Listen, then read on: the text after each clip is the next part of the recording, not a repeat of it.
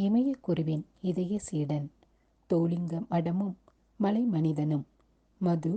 நாளை மறுநாள் வடக்கு திபெத்தில் இருக்கும் தோலிங்க மடத்திற்கு புறப்படுகிறோம் என்று பாபாஜி ஒரு மாலை பொழுதில் திடீரென கூறியதும் மிகுந்த உற்சாகம் அடைந்தேன். மறுநாள் காலையில் பத்ரிநாத் கோவில் குருவான ராவல்ஜியை சந்திக்க புறப்பட்டோம். பாபாஜியுடன் என்னை ராவல்ஜி பார்க்க நேரிடும் போது அவரது மனநிலை எப்படி இருக்கும் என்று யோசித்தவாறு இருந்தேன். ஆனால் அங்கே எனக்கு மிகப்பெரிய அதிசயம் காத்திருந்தது. ராவல்ஜி பாபாஜியை பார்த்தவுடனே எழுந்து நின்று கூப்பிய கரங்களுடன் நமஸ்தே சுவாமி, வாருங்கள் என்று மலையாள மொழியில் கூறினார். பின்னர் அவர்கள் இருவரும் வடக்கு திருவனந்தபுரத்து சுத்த மலையாள மொழியிலேயே பேச்சை தொடங்கினர். எனது காதுகளையே என்னால் நம்ப முடியவில்லை. பாபாஜி மலையாளியைப் போல் இல்லாமல் காஷ்மீரத்தை சேர்ந்தவர் போல் காட்சியளித்தாலும் எப்பொழுதும் என்னிடம் மலையாள மொழியில் பேசியதே இல்லை. ஒருவேளை அவர் கேரளக்காரராக இருக்கலாமோ என்று யோசித்தேன். அவரை திருவனந்தபுரத்தில்தானே முதலாக சந்தித்தேன்.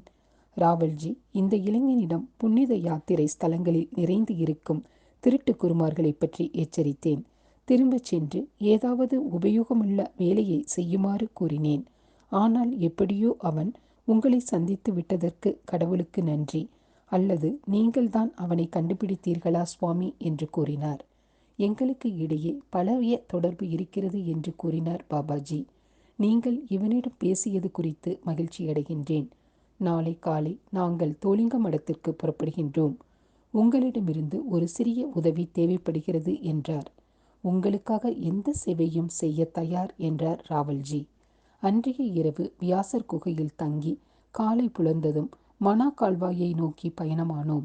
எங்களுடன் நேபாளத்து சமையல்காரரும் கூலியுமான பதே பகதூர் என்பவர் வந்தார். அவர் என்னை விட சற்று வயதான திடகாத்திரமான இளைஞர்.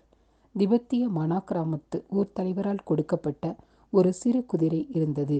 வியாபாரி ஒருவர் 3 பேர்கள் தங்குவதற்கான ஒரு கூடாரத்தை கொடுத்திருந்தார். அதையும் கம்பளி துணிகள் கொண்ட பைகளையும் உணவு சமைக்க தேவையான மளிகை சாமான்களையும் ஒரு எரிவாயு அடுப்பையும் சில பாத்திரங்களையும் பயணத்துக்கு தேவையான இதர சாமான்களையும் அந்த குதிரையே சுமந்து வந்தது. ராவல்ஜி அன்புடன் கொடுத்திருந்த பணத்தையும் வைத்திருந்தேன். அடர்த்தியான காஷ்மீர உடைகளையும் கம்பளி குல்லாவையும் கால் உரைகளையும் ஆட்டுத்தோலினால் செய்யப்பட்ட காலணிகளையும் அணிந்து இருந்தேன். பாபாஜியோ எப்பொழுதும் போல ஒரு பருத்தி துணியினை தன்மேல் சுற்றி கொண்டு ஒரு கான்வாஸ் காலணிகளை மட்டுமே அணிந்து இருந்தார். ஃபதே பகதூர் மிருதுவான கம்பளி ரோமங்களால் நெய்யப்பட்ட அடர்த்தியான கோட்டை அணிந்து அடர்த்தியான தோல் காலணிகளை அணிந்து இருந்தார். அவர் பல இந்திய திபெத்திய வியாபாரிகளுடன் பலமுறை சென்று இருப்பதாகவும் அவருக்கு வழி தெரியும் என்றும் கூறினார். பாபாஜி அவரிடம் வழியை பற்றி கவலைப்பட வேண்டாம் என்றும் தானே பலமுறை அந்த வழியில் பயணித்து இருப்பதாகவும் கூறினார். இந்த பிரார்த்தன பாதையில்தான் ஸ்ரீராமன், பாண்டவர்கள், சுக்தேவ் போன்ற பல பெரிய ரிஷிகள் பயணித்து கைலாசை அடைந்தனர். கைலாசிற்கு போய் சேர எவ்வளவு நேரம் ஆகும் என்று பாபாஜியை கேட்டேன். பாபாஜி, முதலில் தோலிங்க மடத்திற்கு செல்வோம், பிறகு கைலாஸ் செல்வதை பற்றி முடிவு செய்வோம் என்றார். இந்த வார்த்தைகள் ஒரு கெட்ட சகுனம் போல் இருந்தது. தோலிங்க மடத்தில் நான் கடுமையாக நோயினால் பாதிக்கப்பட்டதால் திரும்ப வேண்டியதாயிற்று. 40 வருடங்கள் கழித்துதான் கைலாசிற்கு செல்லும் ஆசை பூர்த்தியானது. சரஸ்வதி நதியும் அலகானந்தா நதியும் சங்கமிக்கும் கேசவ பிரயாகில் இருந்து கரை ஓரத்திலேயே வடக்கு நோக்கி பயணித்தோம். பாதை கடினமாக இருந்தது. கடும் குளிராகவும் இருந்தது. ஒரு நாளைக்கு 10 கிலோமீட்டருக்கு மேலே நடக்க முடியவில்லை. உணவு பிரச்சனையாக இல்லை. பதே பகதூர் சப்பாத்தியையும் உருளைக்கிழங்கையும் எரிவாயு அடுப்பிலேயே சமைத்து தந்தார். பாபாஜியின் விசேஷ பிராணாயாமம் நாங்கள் மேலே ஏறும் பொழுது காற்றினில் ஏற்படும் பிராணவாயு தட்டுப்பாட்டினை சமாளிக்க உதவியாக இருந்தது. இரவில் நாங்கள் மூவரும் விசாலமான கூடாரத்தில் உறங்கினோம். மலைப்பாதை சொல்ல முடியாத அளவு கடுமையாக இருந்தது. வியாசர் குகைக்கு அப்புறம் பாதையே இல்லை. கற்கள் இடையேயும் பெரும் பாறைகள் இடையேயும் பனிக்குவியல்கள் இடையேயும் பாதை அமைத்து சென்றோம். சரஸ்வதி நதியை தொடர்ந்து சென்றோம். சுற்றிலும் இருந்த பனி படர்ந்த மலைகள் எங்களை பார்த்தவாறே உடன் வந்தன. சரஸ்வதியின் பல உபநதிகள் பனியால் உறைந்து இருந்ததால் அவைகளை மிகுந்த சிரமத்துடன் கடந்து செல்ல வேண்டியதாய் இருந்தது.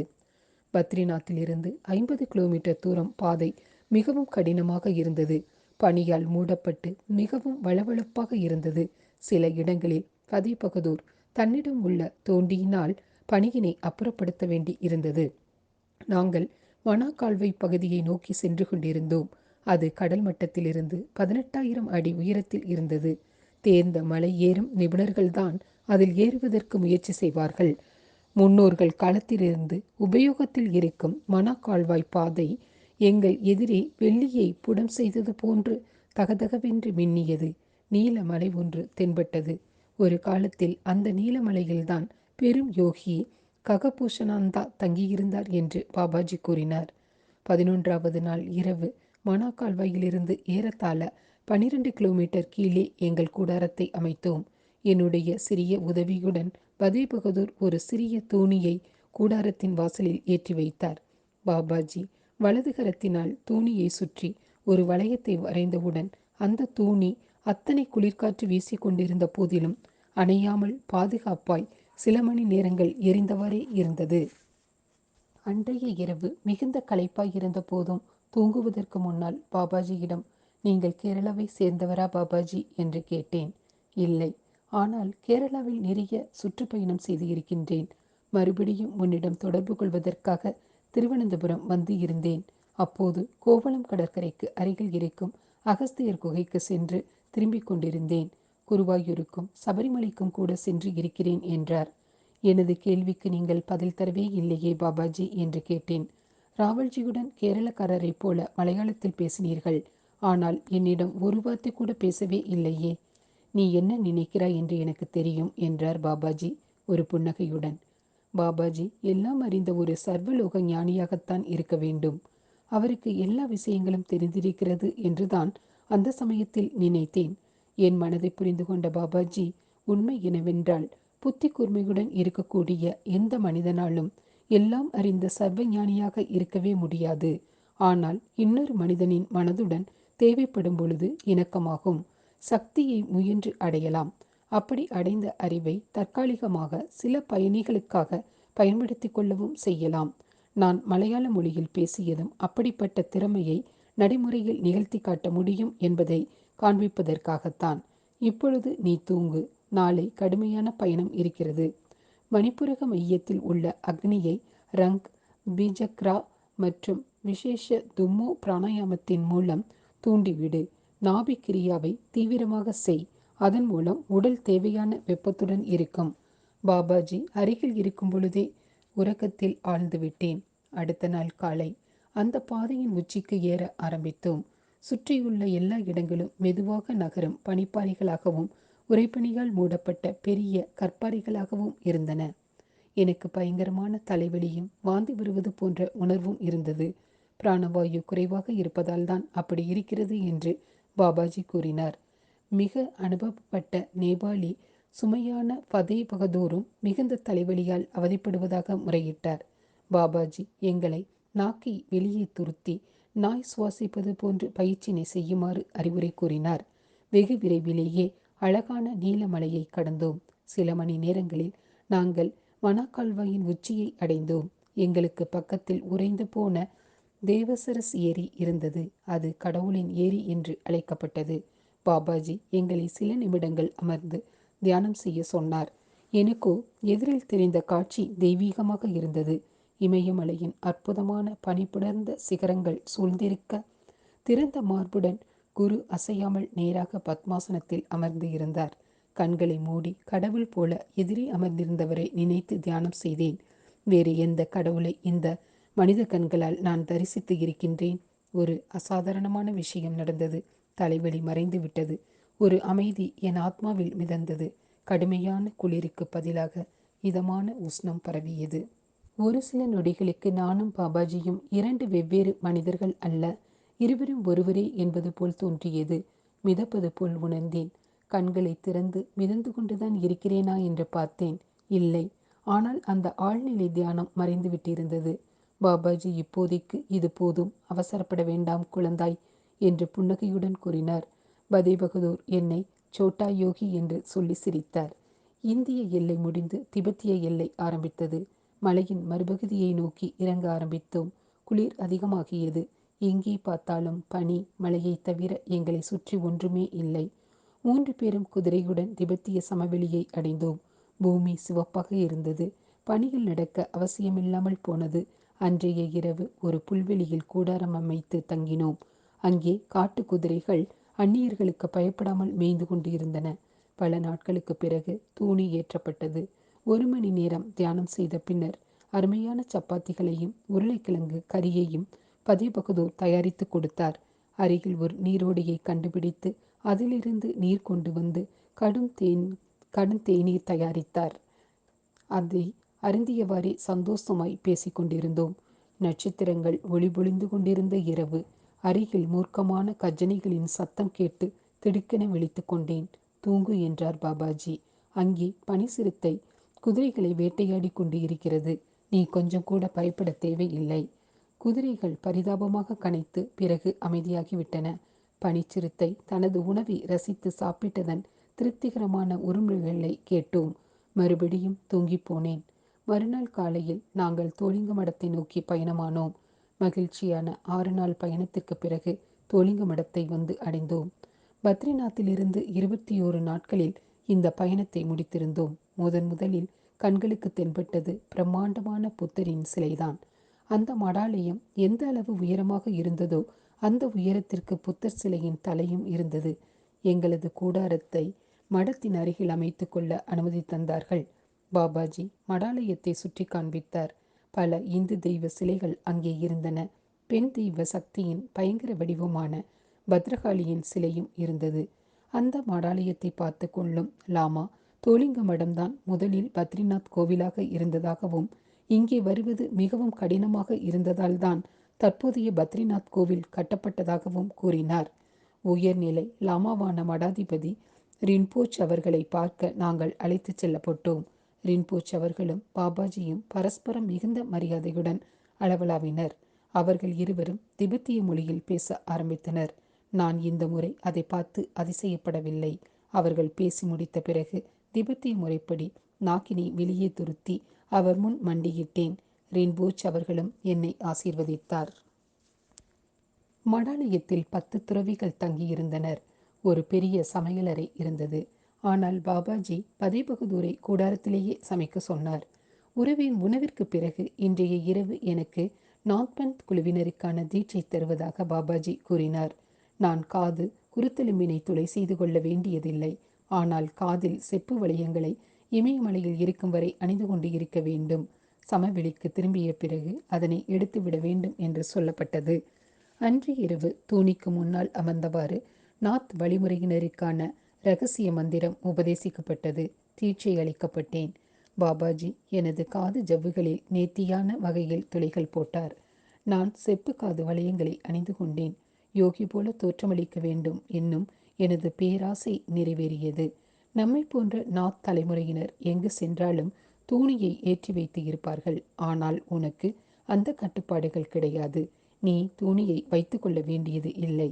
சிவராத்திரி அல்லது குரு பூர்ணிமா போன்ற விசேஷ தினங்களில் மட்டும் தூணியை வைத்து கொள்ளலாம் என்று குரு எனக்கு ஆணையிட்டார். உனது செப்பு காது வளையங்களையும் கலற்றிவிட்டு சாதாரண ஆடைகளை அணிந்து கொள்ளலாம். ஏனென்றால் உனக்கு பிரத்யோகமான கடமை கொடுக்கப்பட்டு உள்ளது. பூமியில் எல்லோரையும் போல நீயும் வாழ வேண்டும். ஆனால் உணர்வுகளை மட்டும் உயர்நிலையிலேயே வைத்திருக்க வேண்டும். இந்த கணத்திலிருந்து நீ ஒரு நாத் வழிமுறையினனாகிவிட்டாய். எங்கள் நாத் தலைமுறையில் நீ மதுகர் நாத் என்றே அழைக்கப்படுவாய்.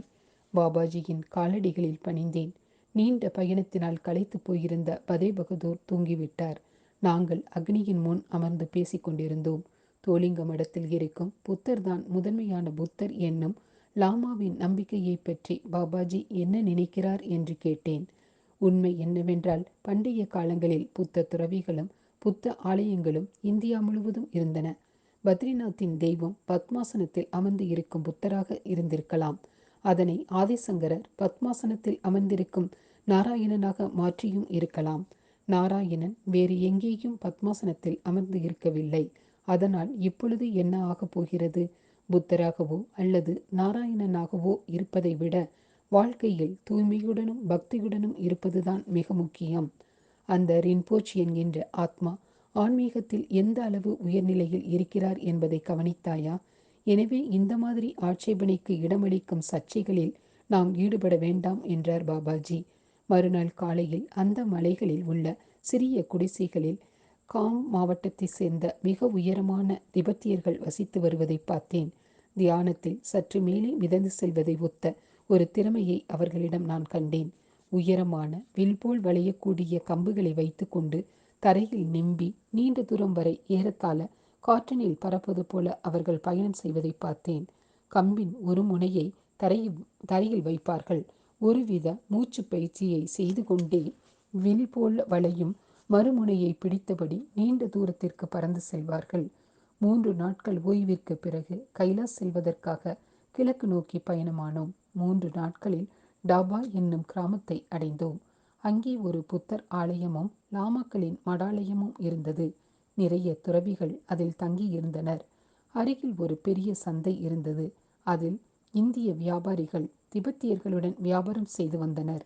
எங்களால் மேற்கொண்டு பயணம் செய்ய முடியவில்லை. ஏனென்றால் எதிர்பாராததும் துரதிர்ஷ்டவசமானதுமான ஒன்று நடந்தது. நான் நோய்வாய்ப்பட்டேன். எனக்கு பயங்கரமான ஒரு காய்ச்சல் வந்தது. அருகில் அக்னி குண்டமும் போத்திக்கொள்ள கம்பளிகளும் இருந்தபோதும் விட்டு விட்டு வந்த கடுமையான தலைவலிகளாலும் குளிர் நடுக்கங்களினாலும் நான் பாதிக்கப்பட்டேன். எனது தலையை யாரோ சம்மட்டியால் அடிப்பது போல் அவதிப்பட்டேன். புத்தமத மடாலயத்தில் இருந்த மருத்துவர் பலமுறை மூலிகை தயாரிப்புகளை கொடுத்த போதும் காய்ச்சல் அப்படியே இருந்தது. ஒரு நாள் இரவு கூடாரத்தில் தனியாக மிக அதிக காய்ச்சலுடன் பாதி உணர்வுகளுடன் படுத்திருந்தேன். அப்பொழுது நாய்வலியால் அவதிப்பட்டு ஊளையிடுவது போல் சத்தம் கேட்டது. கூடாரத்தின் வாசலை நோக்கினேன்.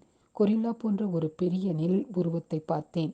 மனப்பிரமையால் கனவு காண்கின்றேனா என்று நினைத்தேன். கத்த வேண்டும் என்று நினைத்தேன். ஆனால் எந்த சத்தமும் தொண்டையில் இருந்து வெளிவரவில்லை. பயத்தில் நடுங்கினேன். மிருகம் போல் இருந்த அந்த சிருஷ்டி என்னை நோக்கி வந்தது. பதே பகதூர் விட்டு சென்று இருந்த லாந்தர் விளக்கு வெளிச்சத்தில் பாலேடு போன்ற வெளிர் மஞ்சள் நிற உருவமும் அதற்கு இருந்ததை பார்த்தேன். அது மறுபடியும் வினோதமான சத்தத்தை எழுப்பியவாறே எனக்கு வெகு அருகில் வந்தது. திடீரென்று எனது வாய்க்குள் எதனையோ திணித்தது. காய்ச்சலாக இருந்த போதும் வாய்க்குள் திணிக்கப்பட்ட அந்த ஒருவிதமான கொழகொழ பொருளின் இனிப்பை சுவைக்க முடிந்தது. அந்த உருவம் உடனே திரும்பி கூடாரத்தை விட்டு வெளியே ஓடிவிட்டது. வெளியே ஒரு கூச்சலை கேட்டேன். பிறகு பதே பகதூர் கூடாரத்தின் உள்ளே ஓடி வந்தார். மலைமனிதன் என்றார் அவர் மூச்சிறைப்பினூடே. உங்களுக்கு ஒன்றும் ஆகவில்லையே என்று கேட்டார். மறுபடியும் ஆழமான உறக்கத்தில் மிதந்து செல்லும் முன் என்று மட்டும்தான் முனக முடிந்தது. அடுத்த நாள் காலையில் பயணம் செய்யும் அளவு என் உடல் நலம் தேறிவிட்டிருந்தது. பாபாஜி இந்த முறை கைலாஸ் போக முடியாது என்று கூறிவிட்டார். நீ பல வருடங்களுக்கு பிறகு ஒரு பெரிய குழுவுடன் அங்கே செல்வாய். இப்பொழுது நாம் பத்ரிநாத்திற்கு திரும்பி செல்வோம் என்றார். ஒத்துக்கொள்வதை தவிர வேறு வழி தெரியவில்லை. பரிதாபத்திற்குரிய அந்த மட்டக்குதிரையில் அமர்ந்தவாறு நாங்கள் திரும்ப ஆரம்பித்தோம்.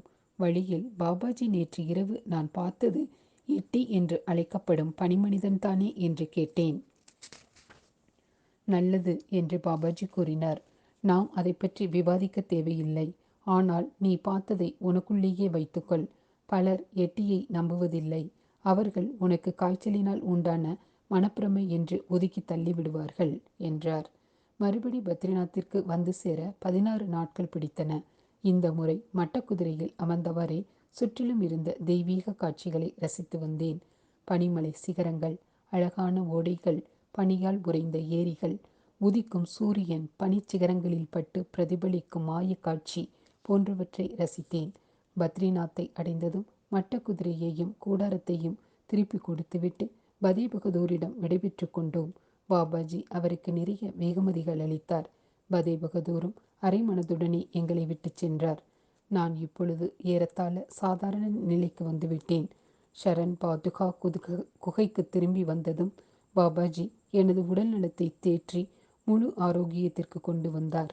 சில சமயங்களில் எனக்காக சிறப்பு உணவுகளையும் கொண்டு வந்தார். 2 வாரங்களில் குணமாகிவிட்டேன்.